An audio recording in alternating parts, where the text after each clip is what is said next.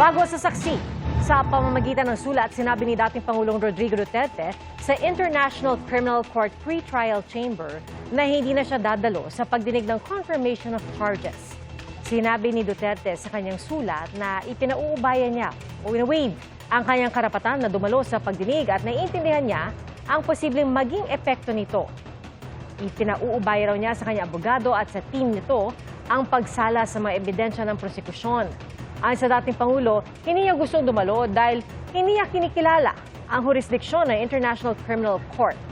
Pinabulaanan din ni Duterte na pinangsiwaan niya ang extrajudicial killings. Ginagamit lang daw ito ng kanyang mga kalaban sa politika laban sa kanya. Dagdag pa ni Duterte, ayaw niyang dumalo sa mga paglilitis na malilimutan din niya.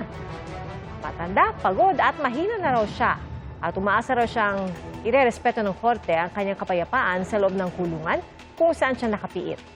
Nakadetine si Duterte sa The Hague, Netherlands para sa kinakaharap na kaso ng Crimes Against Humanity sa ICC. Mga kapuso, maging una sa saksi. Mag-subscribe sa GMA Integrated News sa YouTube para sa iba't ibang balita.